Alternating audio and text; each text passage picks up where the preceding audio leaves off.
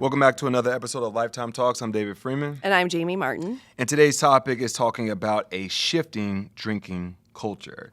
So when we look at dry January, maybe it's dry July, sober October. Since 2018, the Sober Curious movement has taken hold, with more people exploring the experience of abstaining from alcohol temporarily, something that researchers refer to as temporary alcohol abstinence challenges.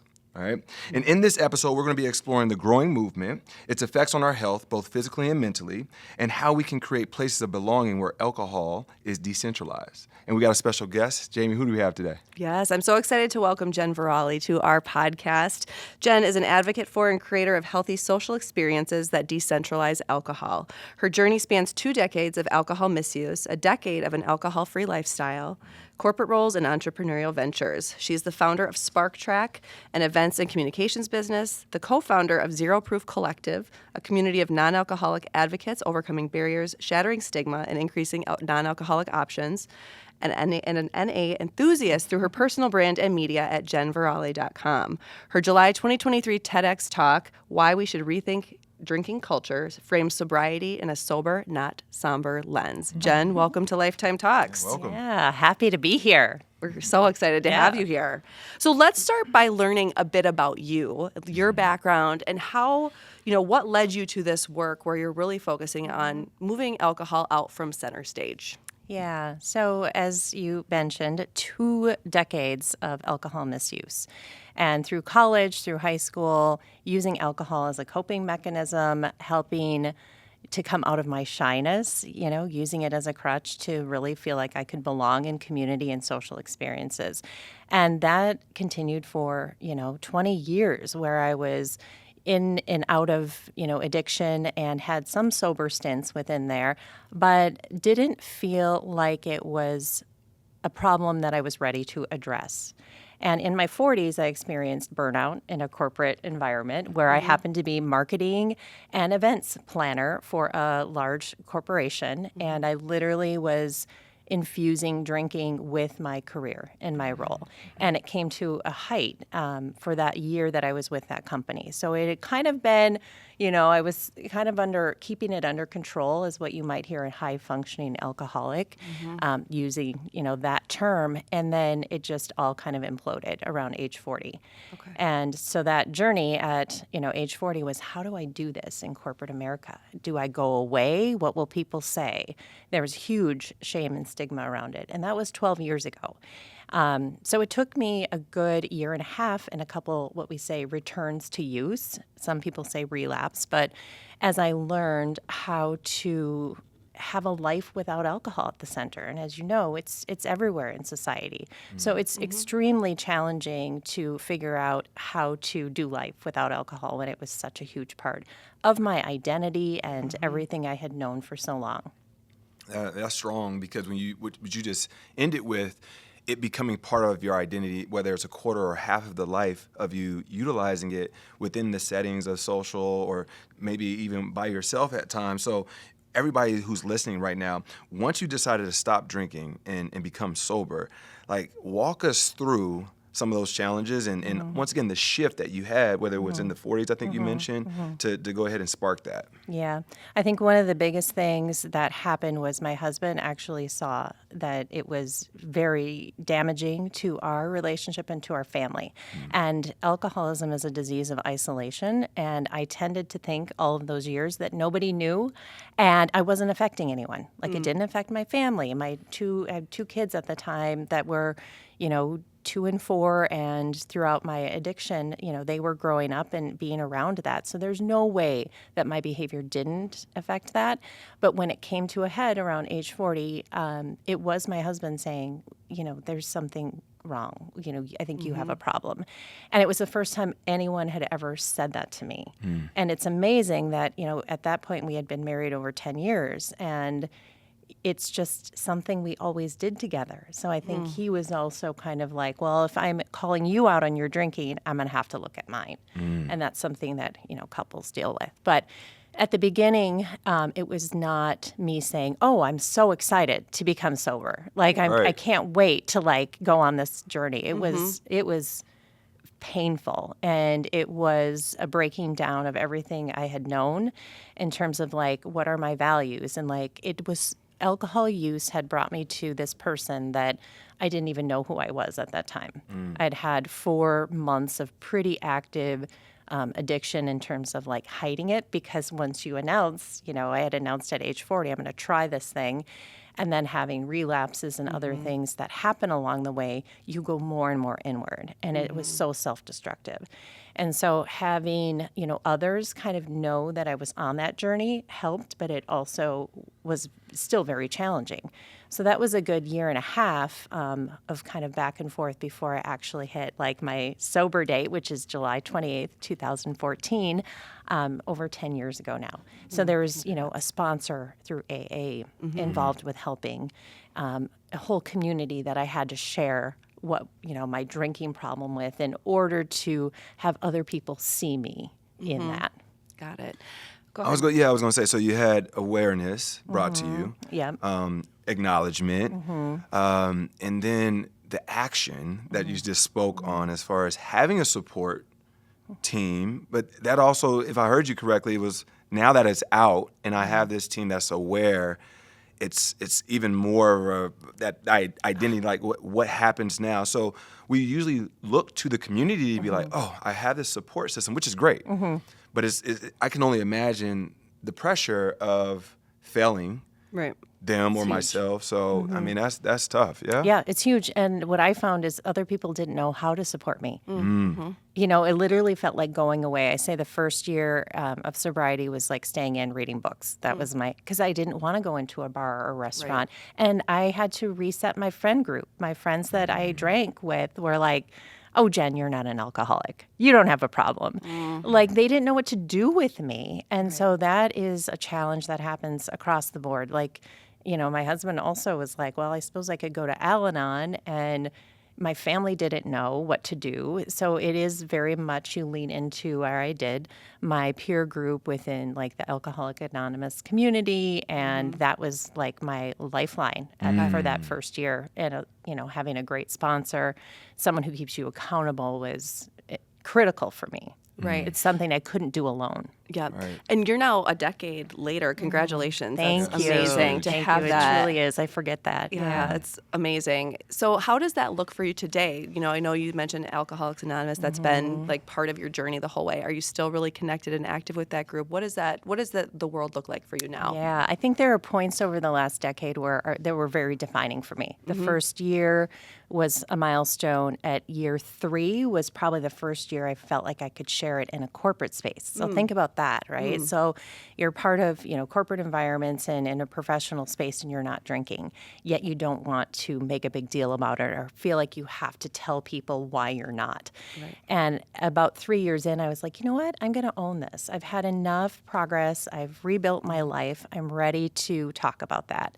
And that sent me off, like I was doing AA meetings probably weekly for 3 years.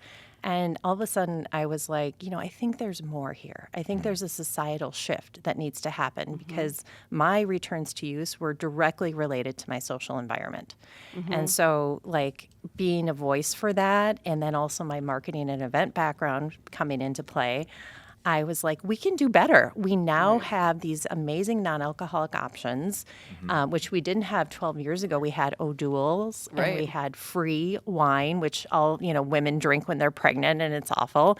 Or it's, there's more, there's better now. and thus the, kind of impetus for my TED Talk was like now this convergence of me wanting to ask for something that looked elevated that I could have at a social gathering where people wouldn't ask why I wasn't drinking. Those products all, like, through COVID, like, the makers were busy making all these amazing things. So there is no reason why it can't be offered. And that, I believe, really normalizes the choice to not drink. And that's something that I feel like has been missing. So long answer, but yeah, I feel like there's been a trajectory of I stay connected with the AA community, but I've moved on and to impact corporate spaces and other social spaces. Yep. How about your personal health and well-being since making that transition? What has that been like for you? Yeah, well, I think back to 20s and 30s. many times at Lifetime coming in, 6 a.m. classes, but, having too much to drink the night before and using that as like a reset for my body to be like, oh no, I didn't just, have a night of drinking before. I'm going to reset myself.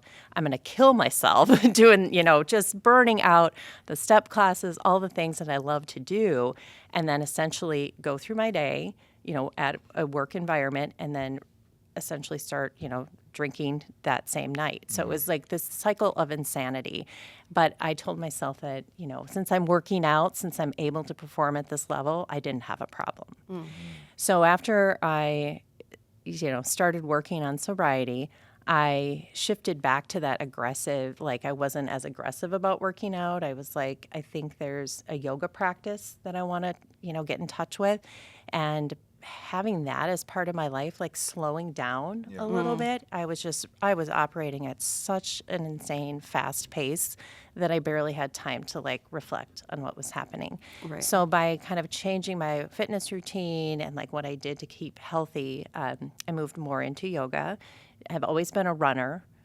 That's where I have a lot of my aha moments and reflection and sobriety. And then what I started adding 7 years ago was sauna and cold immersion. And so now, today, my routine is I get to the sauna 3 to 4 times a week. And I'm usually doing like at least a half an hour workout 5 times a week. Or I make it to Up Yoga, which is the studio I go to, and get on the mat. And it's a beautiful practice. I've been doing that combination for about the last 2 years. Wow. We're big fans of sauna and cold plunge at Lifetime. Yeah. They make a huge that difference. contrast is next level. Oh, it is, yes. And we just never knew about the benefits of recovery in the cold and challenging, your body and moving to the extremes, which I believe mimics, what needs to happen in addiction and recovery. You need to pause and create some awareness, right? Yep. To breathe and be with yourself, right? In those moments. And for so many people, that's just uncomfortable. And that's why we use alcohol to cope, because we don't want for one moment to be uncomfortable. We know how to solve. Right. Yep. Well, I mean, now when you think about the experience that you have in this space, you can now speak from this place of experience, 10 years now. And for these individuals, because it's such a strong part of our culture, right? When you go out to the outings, and then if you're not the one doing it, it's like, oh, what are you doing? It's like now you're the outcast because you're not doing it. So I guess it's almost, how can you speak to these individuals who probably just want to drink the water and not fall into that? How you can encourage them? I know you said you had to change your environment. You had to change a little bit of that, and that's going to probably take time too. Absolutely. So I'm asking from your 10 years of experience how you had to navigate some of those things so you can help the listeners out here. Yeah. Well, I think there are all sorts of tips and tricks that I learned along the way, the hard way. And one of the biggest ones was if you don't have something in your hand, people are automatically going to ask and keep asking. And so I learned to like either bring my own beverages to like events and galas where I would have, pour my own into a fancy glass. And as long as I had something in my hand that maybe looked like a glass of wine, nobody even cared. Like no one cares. They just want to see some visual that says, it looks like you are fun, it looks like you belong, that you're joining in this. Because if you're standing there, nothing in your hand, and people just, would consistently ask me that. So I think that's one of the biggest things. Okay. And then I think there's also a distinction. So people in recovery typically have been told, don't, do anything non-alcoholic that resembles or might be triggering, like a replacement for alcohol. So that whole community really just drinks water or club soda with a twist of lime, which is like what we call the last resort. But it's because they've never, been told that it might be possible to have a really great beverage, in your hand that isn't alcohol. And so what we really, in the work that I do, is talk about just the whole population in the middle who just wants permission to like not drink. They want to go out and occasionally make a choice to have something NA. And that I feel like that is a huge shift even in the last year or so that I have seen. And it feels, I get so excited because it does feel like it creates belonging for more than just people in recovery. Right. So that really gets to, I think it was in 2018 we mentioned about 6 years ago that we like this whole sober curious movement really came about. And, more and more people were starting to say, I want to go alcohol free, even if it's for a month or two or whatever. Some people were doing it to like see what it felt like to not be doing that. How did it affect their health, their mental well-being? How did it affect their relationships? All of those pieces. But why do you think we've seen that shift? I mean, what's your take on that over the past 6 years and even in the last year and a half, as you mentioned? Yeah. Well, when I was putting my TED Talk together, I did note that date of Ruby Warrington's Sober Curious book, which is huge, in 2018. And I felt like that was, looking at your individual relationship with alcohol, which is where I started when I got sober. And then I looked at how can I strengthen my relationship in friend groups. And so the Sober Curious movement might have had some, people going out together who are all sober curious. But the third piece of it was, did the environment you were walking into support that? So in my talk, I say, this is like even shifting further from that. So be sober curious. But usually that has even been looked at as just being something you're individually, doing during dry January. But what does it look like to actually create a social experience with several people who choose not to drink? And that, to me, has been definingly different in my experiences. And 3 or so years ago, I went to this event that was completely NA, and it was like a speakeasy and dance party. And I was like, this is so different because no one here is altered. So I went from being like the only one not drinking at a party and that feeling to like just looking around going, wait a minute, like all these people are substance free and they are having an amazing time. So that inspired a lot of my work, but that whole piece of it has changed, I think, dramatically in the last year. So sober curious, but also like, how can I just be bold about it in my spaces I frequent? Yep. I mean, let's talk about as a mother. You mentioned it earlier. Like, as a mother, can you talk about the shift that you felt? Maybe it was a response from your kids. Like, what was the biggest change that you noticed in that space? Yeah. Great question. So in my 40s, when I was working on sobriety, they were, 8 and 10. And again, I never felt like I had any consequences outwardly. I didn't have a DWI. I didn't have all these kind of social things that tell you need to go to rehab or treatment. Right. And so they witnessed me. I thought I kept it under control, right? We talk about it a lot, and I've talked with them throughout the journey about what it looks like. And I think there's a lot of, I think as a mom, sadness and grief around how more present I could have been. Because I did the things. Let me tell you, I had a blog post or a blog about all the experiences we did together in the city when they were little, and I was not, I wouldn't be drinking, but I would be hungover.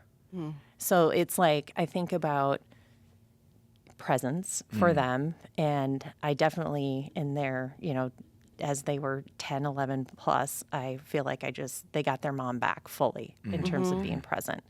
But yeah, there was a lot of grief and sadness, and I still look back on that as like, sobriety is an absolute gift because, whenever you come to it, it makes a huge impact on your family and friends in your life. Yep.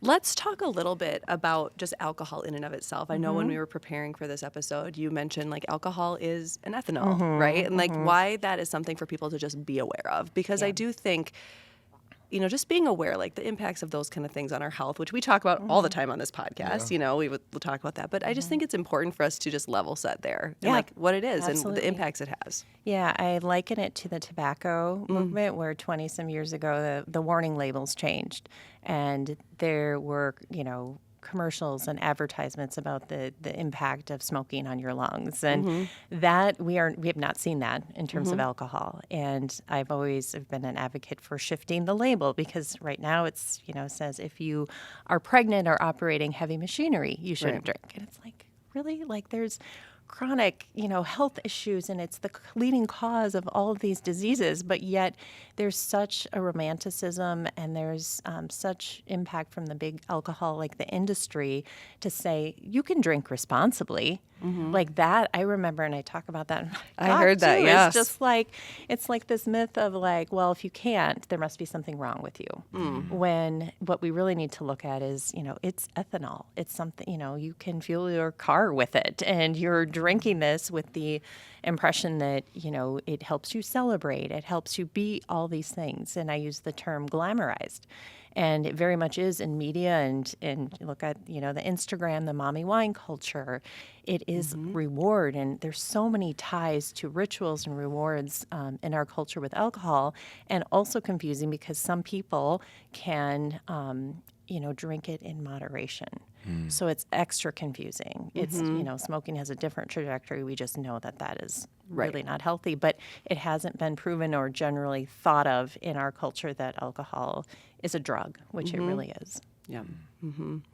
Yeah, that's an interest. Yeah, go ahead. No, I was just talking about when you talk about the exploration of, okay, I said it in the intro, when you have, whether it's a dry January or sober October, it's kind of like a kickstart. All right, I'm about to do this for 30 days or so. And during that time, I'm assuming that there will be moments of withdrawal, or maybe I can just do a little bit. So once again, I'm going back to experience that you've been in this space now and you understand it.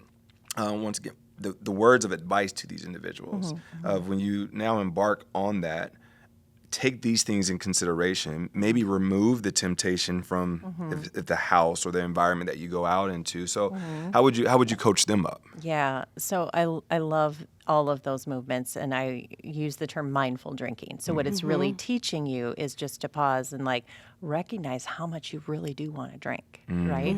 And I think the challenge is for people to not only, a lot of times people just stay in January. They don't even go out because it's easier just to not drink. Right. But my challenge would be to figure out how to integrate more non-alcoholic options and social experiences into your dry January so you can actually sustain that. After, most people have not, been to a wedding sober. They've not done any of these things. And a lot of times that's why people do 30 days of here or there. Oh, but I have this trip coming up. And there's no way I wouldn't, when I'm going to Mexico, I'm just not going to drink. Yeah. Right. And so there's all these life things that happen. But my encouragement is if you are doing one of those months, that are very popular now, is to figure out the social and environment piece. Yeah. You can control your home environment, but what does it look like to go out with your friends and you're the only one not drinking? Yeah, it's not easy. To be planful and to look ahead. And I know, it's all sorts of our social, belonging. We want to belong in those places. So to your point, having more options on the menus at places, or even if it's in a work environment, having options that are that are available that are non-alcoholic. And I know that's a lot of the work that you've been doing is working with workplaces around that. So tell us a little bit about that and how we create that space where there's something for everyone. There really is a place for everyone to belong there regardless. Yeah, it is belonging for sure. So again, my background in events and marketing and corporate has led me to look at the corporate space where many have, mission statements of inclusivity and well-being, and they spend all this money bringing in well-being kind of initiatives and things, but alcohol isn't typically looked at, and it's tied to productivity and all these things. So I think about the actual momentum, the potential momentum in corporate America to make big change. And there are less barriers in that space to me than there are in the bar and restaurants. So over the last 3 years as Zero Proof Collective, we've talked to many bars and restaurants, and a lot of them will put a non-alcoholic option on the menu, but don't promote it, or their staff isn't trained, or their, the culture doesn't fully support it. I can't wait till that happens more, but for the impact I want to have, I've been shifting to the corporate space because there is just no doubt in my mind there's liability from these 2-day corporate conferences where drinking is encouraged, and there's just very tactical things that you can point out and say, if you are truly creating a culture of well-being and that's what you want, you should have options and you should decentralize it. A lot of companies aren't maybe ready to just totally go alcohol-free, so I always encourage, where are you at in your readiness? What is your leadership? What are the cues you get from your corporate space that are either off-putting or, more accepting of choosing not to drink? Right, right.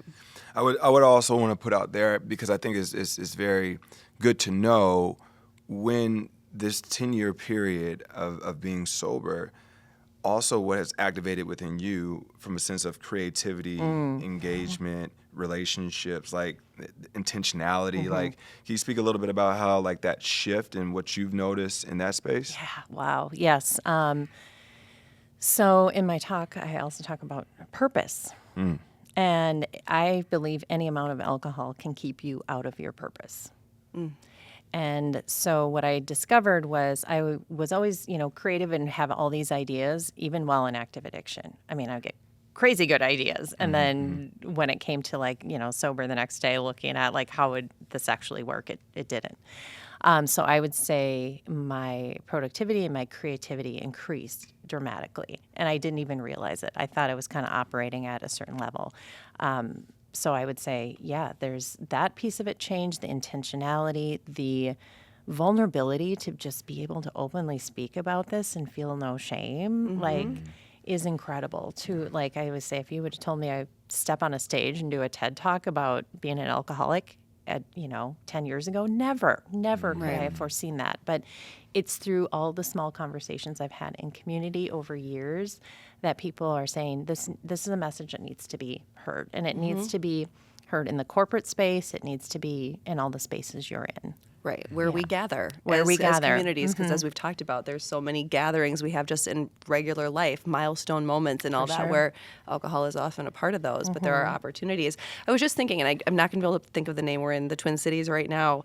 I do believe there have been a couple of non-alcoholic bars or things that have opened to create space for that. And I think, are you seeing more of that now that this is kind of taking hold in another way? Yes, so we keep a pulse on that nationally for sure. There have been non-alcoholic bars that have opened up and come to market, and Sands Bar in Texas is actually one.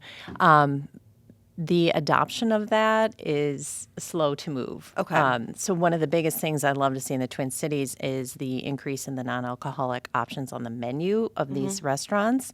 And there has been sober evenings where, kind of takes over a club or something where it's a completely non-alcoholic event. So that to me is the stepping stones to get to a fully sustainable, what I have envisioned is what does a nightclub here in the Twin Cities look like that is completely sober all the time.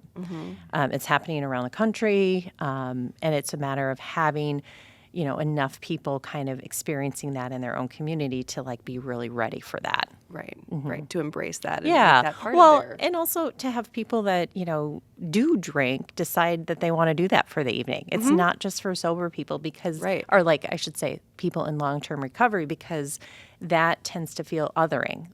That's, what I would love to see is the integration of people who choose, just not to drink for whatever reason, come together. Right, right. How's your passport looking? No, I want to know. How's your passport? Have you traveled outside of that? Okay, now you know where I'm about to go at with this from a cultural. Are you going to go to Italy? Okay. Yeah, well, if you want to go there, stamp the passport. Yeah. But I mean, going abroad. Yeah. Once again, we talked about our country, but I mean, it's just a world cultural thing. Oh my gosh, it's different in America. Oh my gosh, it is so interesting because. The culture, let's take Europe, for example, is very much you can drink with your parents. It's not as taboo and frowned upon to gather in that way. And so I think in America, there's things where parents don't allow kids to drink. And I'm not a fan of that either, but there's something about, the culture there that it just doesn't feel like a big deal it does here. It's not a rite of passage necessarily. Right. It's just more this is what we do in family and culture. It's usually food, surrounded of food and drink are connected. It's just different. And so I've had some pushback on different ideas of well, this works in Europe. Why doesn't it work here? And it's well, we do everything 100% full on, not in moderation. Extremes, right? Right?